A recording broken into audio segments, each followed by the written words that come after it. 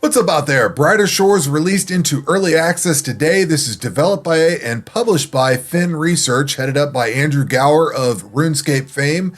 This is in early access. November 6, 2024 is the day it released, which is today. It is free to play with a subscription. There is no demo because it's free to play. The reviews on Steam are mixed. The performance is good, and there is a full screen toggle. You can actually hit Control F or go in here and toggle it up and down to full screen. It will maximize, you can do full screen like this, or you can do windowed, maximize windowed, or resized windowed, however you want to play it. I've got it on full screen here just to play it. It looks a little nicer to, it's a little nicer to look at. This is a very simple and relaxing game. We're going to go into this real quickly here. I don't have any real complaints about it. I'm about, let's say, 80%. I'm not 100% on board with it, but I'm not 100%, gonna trash talk it or anything. I'm about 80%, somewhere in that realm. I need to delete this character. This is one I created. I've been up since like 3 o'clock this morning. This game actually came out at 4. I woke up at 3, checked my phone to see when it was coming out, and saw that it was like an hour later. So I'm a little bit tired. I recorded this video a minute ago and I wasn't happy with it. So I'm redoing it. That's why this one's here, but you can delete this. You got to punch in this little thing. I'll get rid of that. I do want to go in here and show you the character creator because I think the character creator is a little bit scuffed, if you want to say that. When you're sitting there at 3 o'clock in the morning trying to figure out how this thing works, it is, how you say, unpleasant. I don't particularly like this. It's kind of goofy. So you got this color wheel on the outside. You can actually select the different colors you've got. Like if I want to work on the hair, I can go swap different colors and stuff around here, which it's okay, I guess. Same thing with like the face, the eyes, the jaw, the torso, legs, feet, and skin. All great. However, if I want to change the legs out, it's not quite intuitive. I wasn't sure, like these are colors, but I wasn't sure if it was changing the style. It's actually these buttons down here cycle between the different styles. So it's odd. It's definitely a little bit weird. And when it's early in the morning and you're trying to figure this out, it's not fun. But that is the character creator, such as it is. You get a little bit of choice in here. We're going to back out and go back to the main screen here. It is what it is. I don't think the character creator's all that great. Now I got 2 people to delete. That's fine. But I have my character here. There is a premium pass you can get. I think there's 4 episodes currently. 2 episodes are in the free-to-play side, and then the other 2 episodes are behind the premium pass. As I said, I'm only about 80% there with this game. I'm not 100% willing to dish out $75 for 1 year's worth of content. I don't know how often they're going to release episodes. I don't know what looks like. I don't know how fast it is to chew through these episodes. So I was thinking about it. I was like, I do want to try the premium stuff out, but I don't want to pay. I'm more of a 1 year subscription at a time person. I don't really like the monthly stuff. If I want to play a game or have Netflix or something like that, I just want to pay for the whole year and be done with it. It sucks when you want to cancel because now you've got a whole year left, but I don't like the monthly thing. So I was thinking about it. I was like, you know what? The easiest thing to do is to subscribe for a month. Let's just do that. I don't want to do this and I don't want to do 90 days because I want to just see how the game goes. You can subscribe for 30 days at a time. It is a monthly subscription. You'll notice these say one-off payment. So if you pay this, you're going to pay a lump sum and they go away. I don't know what happens, another year you're going to have to pay another one lump sum. With the 30-day thing, it's a recurring subscription. What you can do though is purchase 1 month of it and then immediately come in here and cancel it. There's a cancel button. I'm going to assume that when my premium pass expires, I'll be able to go get this re-upped again. Right now, the only options that I have are these. So I don't know, we'll see where it goes. But if you're curious, you can sub for like $6.23 or whatever it is, 30 cents, whatever it is. You can sub for it, come in here and cancel it. You don't cancel and refund your money. You still get your 30 days, but you don't have to have that recurring sub.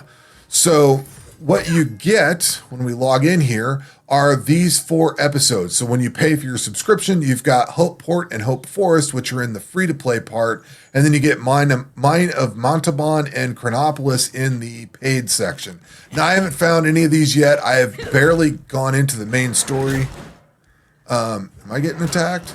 No, this guy's attacking something. So I'm barely into the main story. There is story quests over here. I need to get this skill, this guard skill, up to level 15 before I can get my archery. Let's take a little tour of the UI while we're sitting here. You've got the map section on the left, the other right. You've got the map section over here. You can resize this to much smaller, much bigger. You can also resize the backpack thing if you want to resize all of that. So there's a lot of flexibility in this. The map is kind of cool, like you can zoom in and out of it. The game is very simple, as you'll see. So there are, let's see, there's these little monuments that you can do something with. I haven't got there yet. There's monsters you can fight, and I think there are things to gather. Maybe not. Maybe there's just 2 items on here. But you'll see, like over here, there's feathers to collect, maggots and moth wings to fight. So there's different, and ghouls to, or no, there's feather, maggots, and moth wings to collect, and there's ghouls to fight. If we go over here, there's puncupine, whatever those things are. You got to go fight those. So I kind of like this. Each one of these is a little instance. You'll see that it looks like a little puzzle piece where the instances connect together. This is not one giant open world. It's laid out as a giant open world, but each one of these little sections is its own instance. And you can see the little puzzle pieces here. But like this one here, there's question marks. I have not discovered whatever's in that overgrown road. So if we go over here, I missed something. So there's not like a tremendous amount of monsters or things to collect. It's fairly simple. Like there's only 2 or 3 things, or 1, 2, or 3, maybe 4 things in an area. Out of place rock. Can we do anything with this? No, can't do anything there. So I missed something in here. And if I go in here, there's question marks. Oh, these little lily things, water lilies. So I missed those. So the map is basically a resource. It tells you what's in that area, what there is to fight, what there is to go collect or whatever. So as you go through your different skills, you can say, okay, I want to go, well, in this instance, we can go fight these things. Where's carnivorous plants? Well, there's some level 12 carnivorous plants over here. Monsters, you can't click on them from here, can you? Yeah, you can. So there are... Can we go there? No, it just shows you where it's at. So it shows you where they're at. You can click on the little card here. I didn't notice that before. You can click on this little map thing, and it shows you buttons of where you've discovered the monsters, so you can go fight to them. What you can't do is go click on an area in the map, and it moves you to that area. So you got to actually walk over there. Hopefully you don't click on something in the along the way that you didn't want to attack. But we could walk over here, and what was I going to do? Go fight these carnivorous plants or whatever. We could go find these feral beasts. They're actually on the road where I just left. There is also, let's see, on the guided tour here, there is also you've got your inventory slot, you've got your armor, and whatever all stuff you've got equipped over here. This is a little unintuitive. You got your health here, but then there's 6 different combat I don't want to say styles, but damage types. These are combat damage types. So you can take whatever these are and you have to protect against it, but these monsters are also weak to it. So if I click on this little card here, it's going to say this thing is vulnerable to this little snowflake looking thing, Cryone or whatever, and then it's vulnerable to that, immune to Arbore. And if I go to this over here where my weapon is, I can click on this and see that this one does Arbore damage. But you can't like mouse over that right there. I think you can do it in the info on the weapon. You can mouse over it here, but you can't mouse over it in other places. So it's kind of difficult trying to figure out what weapon you've got. There is a tool belt with some stuff in here. I haven't quite figured that out yet. But like I do have a different weapon and I can actually equip this. It shows a comparison between the different weapons. Again, you can't mouse over it, but it does the little cryo damage stuff. So that means I could go fight these carnivorous plants. Where were they at? couple areas over, we can go over that way. So I can go fight these plants if I want, and they should take more damage from that. Let's go see what happens if we attack one. And you could choose to combat the weapon that you're going to attack with. So I could switch over to this one-handed weapon or this two-handed weapon if I wanted to. On the weapon side, I'm going to guess you're going to be able to put in different kinds of one-handed weapons, different kinds of two-handed weapons, and then a bow. So I don't know, like, do we get a shield? There's a shield slot. There's like an amulet slot. There's a cape and some gloves and stuff like that. It's not as deep a system as RuneScape. Definitely not as deep as RuneScape. It's a little more easygoing. Sometimes when you kill stuff, they'll drop items. That's how I got some of this gear. And when you get out of the fight, all your health comes back. You don't lose anything, but you can have like potions and stuff if you need to use that. Let's see, what else do we need to talk about? We were going through the UI. There are magical spells, and we're kind of going through the game as we're looking at the UI too, because what you see is different aspects of the game. There are spells. I don't know if there's any combat spells at all. There's this sense thing that shows like what is in the area. It's basically if you were to hold Alt in Diablo, it shows you what you can pick up. The original Diablo or Diablo 2, one of those, they added a button where you could see the gold on the ground if you hold the Alt button. That's in essence what this is. If you don't know what to click on, you click that sense button. It's also down here in the lower right, which I'm probably covering up, but you can click on that. You can do Control S. There's a button to send stuff over to the quartermaster if you wanted to take stuff out of your inventory and send it back over into, you can withdraw, you can deposit, which is actually kind of cool. I don't know if there's a cost to this, but let's say we want to drop, nope. Let's say I want to just drop all this stuff off, get rid of it, and get rid of that, free up some inventory. We can do that.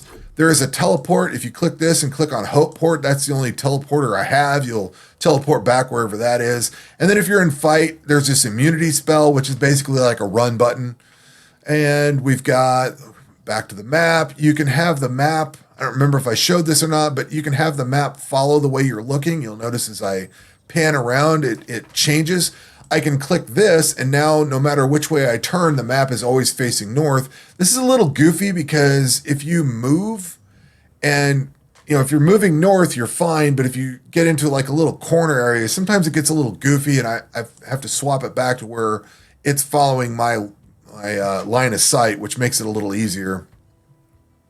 On the right-hand side, and I should also add, you can minimize all of these if you want, and there are little buttons along the side if you wanted to get access to like your tool belt or stuff like that. But as soon as you click out of it, it goes away. I prefer to have this out so I can look at whatever's in here and see my inventory or see my weapons or whatever. I also like to have this one out on this side because it shows your quests. You can see your what quests you're on. You can go back, go to the next quest, see what's in there. You can go in and see what skills you're working on. Now, the skills are a little odd on this. I'm only in the first area. Maybe we should go head off to do something here. I don't know what we could do. Maybe go kill some plants. That sounds like a good plan. So I'm only in the first area. Apparently you get skills based on the area that you're in. So I only have access to guard, chef, fishing, fisherman, forager, and alchemist. So that's the only skills that I have access to at the moment.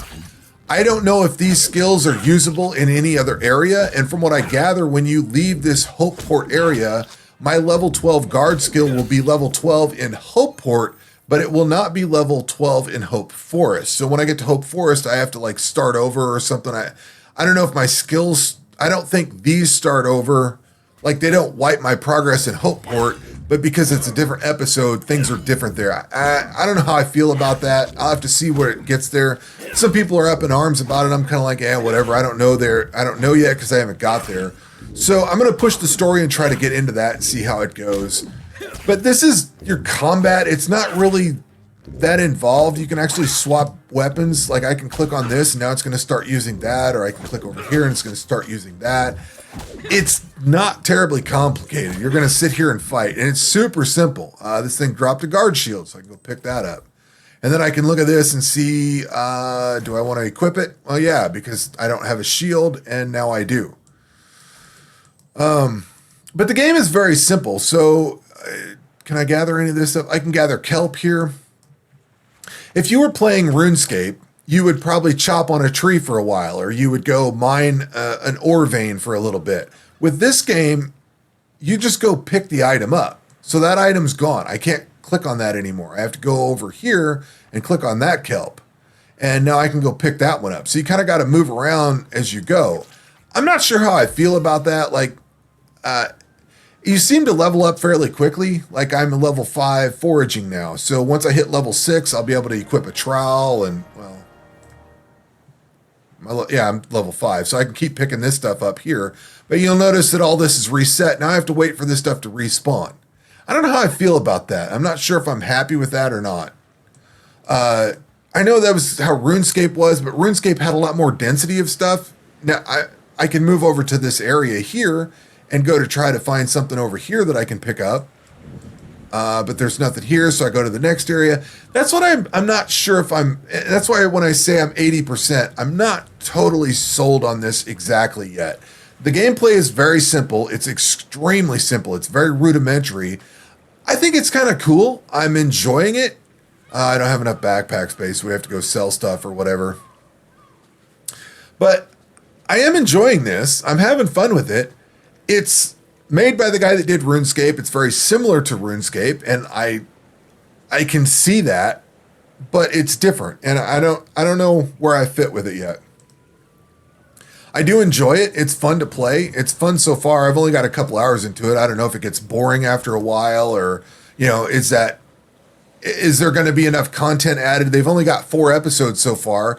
If I go through all these 4 episodes in 1 month's time, am I going to, is there enough content coming after the fact? I think that's what remains to be seen.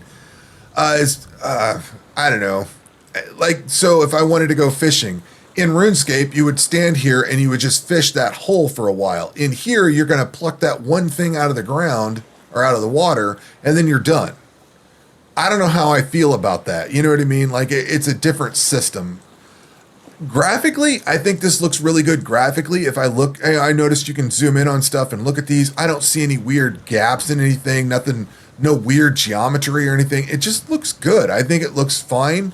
I'm not necessarily a low poly fan, but I don't think this is low poly exactly. It's got some textures to it. Like these guys have textures on their armor and stuff, or, things look decent. Low poly is a lot more bland than this and has a lot less texture to it. So I'm not totally sold on this being low poly. Exactly. Did he aggro? Like I can forge on this stump if I want to. Like there's a lot of stuff you can do, but in this little section, that stump is the only thing you can do. So again, I'm not entirely sure how I feel about that. Like it's very rudimentary and simple. The combat's very rudimentary and simple. The items are fairly rudimentary. The combat, the different damage types you have to deal with, that's a little more complex than I would have guessed how simple the rest of this game is. The UI is very clean. The text dialogue is gargantuan. I think these boxes are way too big. It looks very much like a mobile game. I think this, if you look at it like this, it looks fine. I don't have any complaints with the size of the text or anything. As soon as I try to click on this and it makes this giant box that says forage, that looks like a touchscreen button. And I'm not a fan of that. I wish they would shrink some of that down. That seems a little bit off. The other thing is, like, my other complaint is I'm a middle mouse mover. So I have to click left click to move this pan around. I'd love to be able to middle mouse it. You can zoom in and out with the middle mouse, but you can't pan around with it. I don't like that. And there's no close button on the full screen. You have to actually take it out of full screen and click the X to close the game down. That's kind of annoying. I have not really gotten into any of these quests yet. I need to get level 15 on my combat or my guard skill.